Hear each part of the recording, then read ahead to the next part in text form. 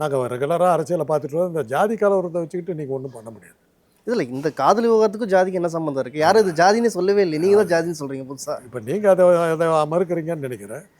ஜெகன்மூர்த்தி உள்ளே வந்திருக்காருன்றீங்க, அதில் ஒரு போலீஸ் ஆஃபீஸர் சிக்கியிருக்காருங்கிறீங்க. அதில் ஜாதி கலவரம் இல்லாமல் இருக்குமா? அது எப்படி ஜெகன்மூர்த்தி உள்ள வந்து ஜாதி கலவரம் மாறிடுமா? தெரியாது, தெரியாது. ஆக உங்கள் பார்வையில் அது இல்லைன்றீங்க. எங்கள் பார்வையில் நாங்கள் அந்த இடத்த சேர்ந்தவங்க, எங்களுக்கு தெரியும். ஜாதி கலவரம் மாறுறதுக்கான வாய்ப்பு இருக்குது. அவர் பெரிய அரசியல் தலைவர், ஒரு கட்சியினுடைய தலைவர். அவங்க அப்பா மூர்த்தியார் இருந்தார். அவர் ஜெயலலிதா கூட எம்எல்ஏவாக இருந்தவர். அவர் அப்பாவா தற்கொலை அண்ணாவா? போனார். அப்பாவா அண்ணாவா? அப்பா. அவருடைய மகன் தான் இவர்.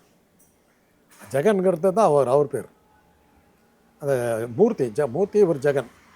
அவர் இந்த மூர்த்திங்க அவங்க அப்பா பேரை வச்சு தான் அவர் வந்து கண்டினியூஸாக ஜெயிச்சார். எலெக்ஷனில் அவர் ரெகுலராக ஜெயிச்சார். இவர் வந்து கொஞ்சம் தடுமாறினார், அப்புறம் வந்துட்டார். ஆனால் ஜெயலலிதா கூட கூட்டணியில் இருக்கலை இவர். அதிமுக கூட்டணி தான் அவர். அப்போ இருந்து அவங்க அதிமுக கூட்டணி தான். ஜெயலலிதா கிட்ட அவர் வந்து சரியாக இல்லாமல் போனதுனால அந்த ஒரு சின்ன பாலிடிக்ஸில் தான் அவர் தற்கொலை பண்ணிட்டு இருந்தார். அப்புறம் தான் இவர் வந்தார்.